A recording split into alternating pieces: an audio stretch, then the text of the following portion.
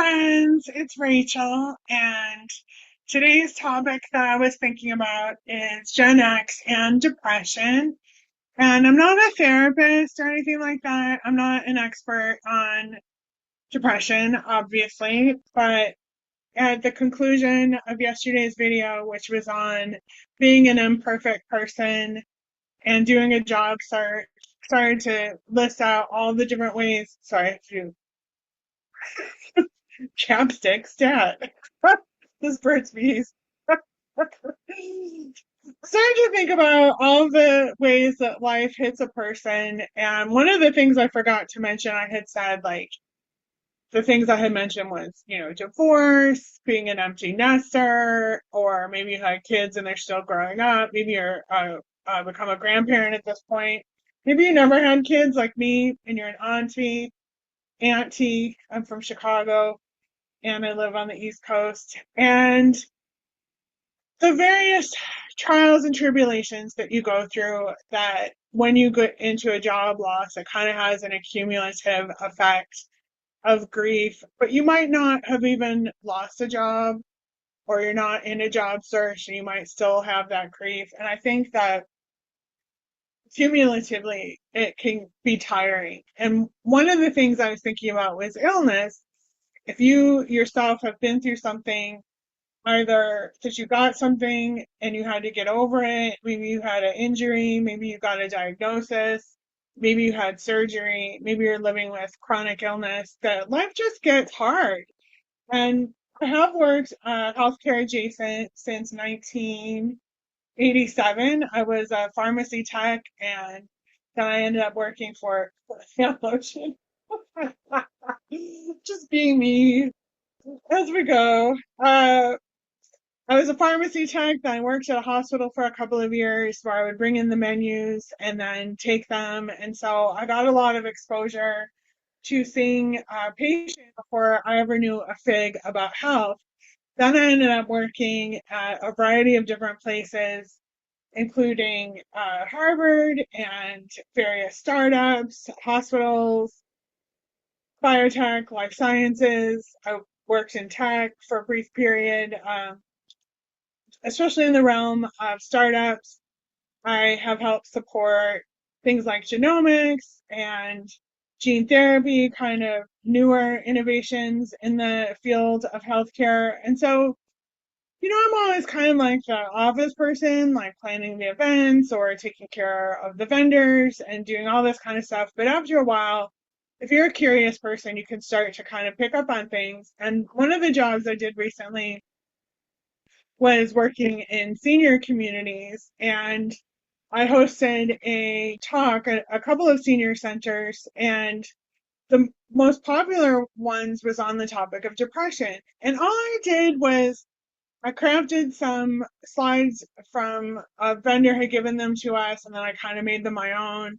I had some friends who are therapists look at them and just see if they were on point. I'm not going to present it today because it belongs to the job that I was at. But all I did was kind of create a safe space for conversation, because it is, I think, a taboo subject in some ways, especially for the generation a click above ours, that mental health was just not really talked about back in the day, which also kind of leads into the Gen X and depression topic, is that you'll hear us talk about how we were latchkey kids, we didn't wear seatbelts, we drank from the hose. The younger people make fun of us for that. They say we have the lead paint stare, which is like that. Losing our words, things like that. But there is more to it than that. It's not just that we're latchkey kids. We're kind of a generational sandwich where women and that wave of feminism was just kind of coming out. And so a lot of us were born in the 60s and 70s, coming out of a time when women didn't really have a lot of rights, and then they started to have more power and got into the workforce, and maybe were forced to because they could now leave marriages, they could get their own mortgage, they could get their own credit cards. I don't think a woman could get a credit card until she was 1974 on her own, things like that. And so that's kind of what I was growing up with. I can't speak to everyone's experience, But I had a very young mother. She had kids very, very young, and she was probably not prepared for motherhood. And it was a little wild. And so when I talk about the generation that is a click above us, and they weren't talking about mental health, they also weren't talking about their own traumas, because I think certain behaviors were more permissive back in the day. Maybe they still are permissive in areas of our culture. For me, I have pretty strong opinions about that, that I'm not really into the old school ways. I don't believe in tough love. Obviously, I don't believe in physical violence or anything like that. But, there are a lot of us that kind of grew up around people who are smoking cigarettes all the time. They drank in front of us. Maybe they smoked weed in front of us. And there wasn't kind of a cushion around our experience.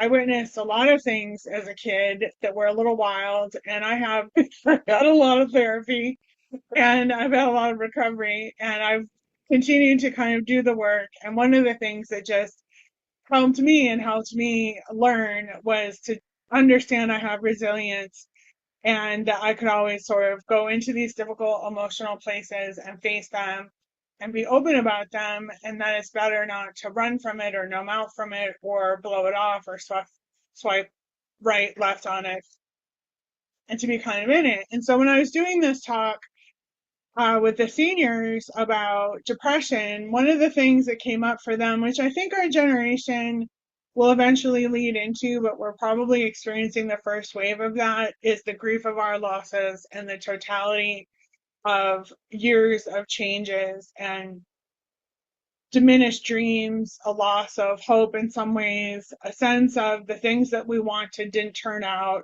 and the reconciliation and making peace with those losses. And there's this really great book. I'm always talking about books, and then I regret it because I don't have it right here.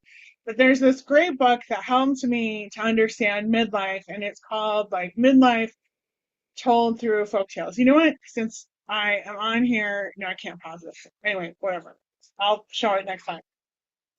But that book talks about how youth is this evergreen era of possibility. And in American culture, pop culture, movies, TV, you could call it ageism, you could call it whatever you want, but it's sort of the stories are restricted to this time frame. And anyone who comes after that, they need Botox, they're put out to pasture, they're uninteresting, they're old, they're blathery, they're stupid, they're dumb.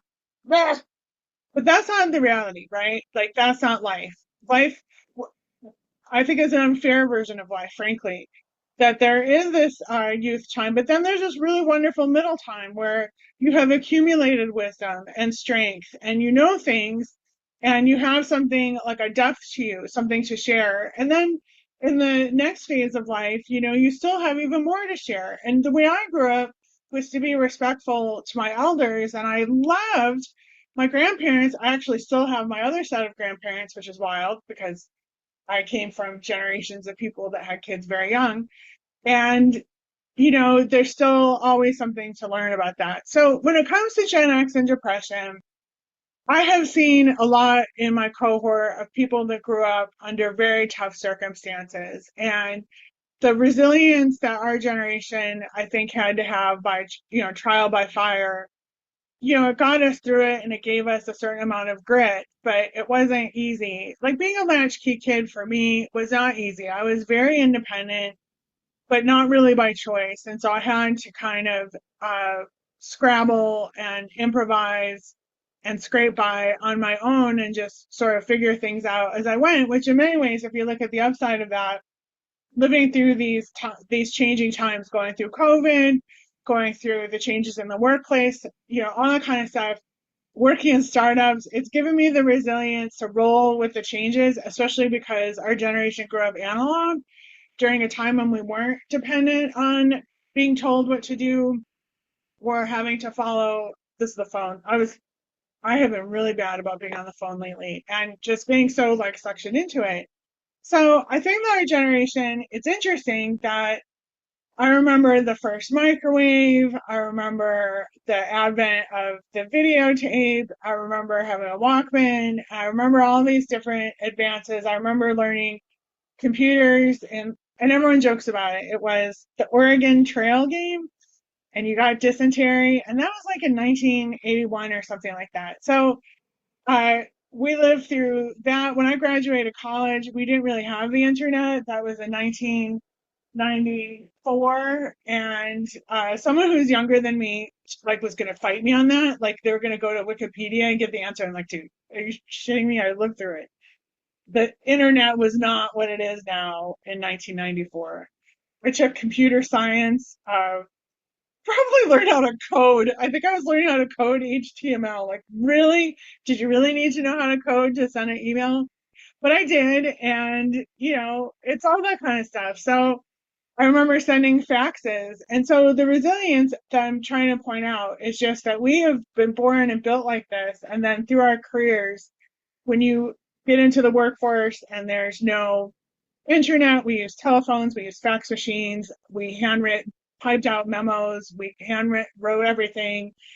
You come into this day and age, and sometimes people can feel like that they're getting left behind with the tech, or the whippersnappers are sort of beating us to the punch and all this stuff, and where are we going to be, and how are we going to kind of contain that? So behind me is a really nice picture from a hike that I took, and that's one of the things that helps me with my depression is getting into nature, because when you get into a place like this, you can see a turtle, you can see some fish, you can hear the birds in the trees. On this particular day, it was actually very thick and muggy, and they were like, I was being eaten alive by mosquitoes. It is a great place. And there are a lot of things you can do for your depression. And so when we got together with that group of seniors, we started to kind of share our ideas. And so that's what I would welcome folks to do, is start to share ideas with folks that you know, and kind of bring this conversation into the room. Like, I'm on the struggle bus.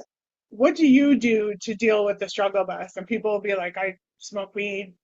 I do not smoke weed, but that's not how I'm going to solve my issues. But they'll tell you, right? And so I think I'm looking for healthy answers, right? Take a walk, go into nature, make sure you're getting enough sleep. To get good sleep hygiene, turn off the phone 2 hours before bed, limit blue light.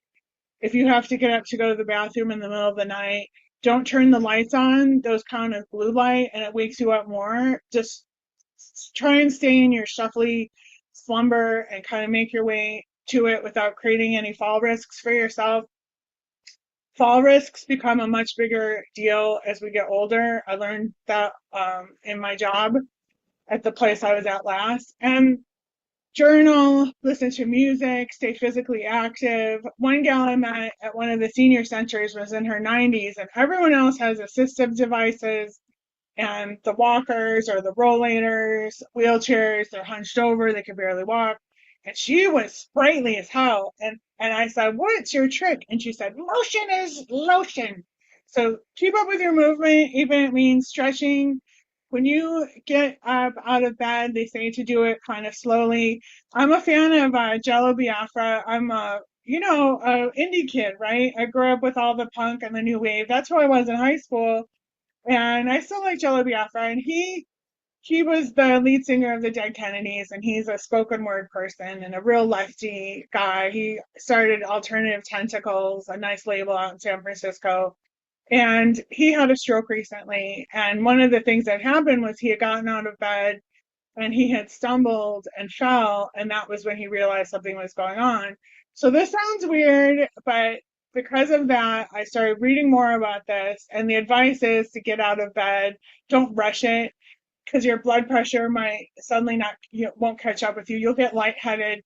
So just, we're at the age where we have to start thinking about being fall risk, taking our meds, making sure we're not having strokes, and doing all the things. So I guess I just wanted to create some space for that conversation and to talk about Gen X and depression, because for women, the reduction in estrogen really drops that part of you. And there are a lot of things that can drop that part of you, but there are a lot of other good suggestions about mental health and your own health that can help you tap into that resilience that you already have, and to give yourself credit for all the things that you've had to go through in your life, and to really honor the phase that you're in at this stage of life, because it is incredibly valuable, whether or not society emphasizes that for you or reiterates that for you. The fact is that that is the truth. So anyway, that's it for me, and thanks everyone.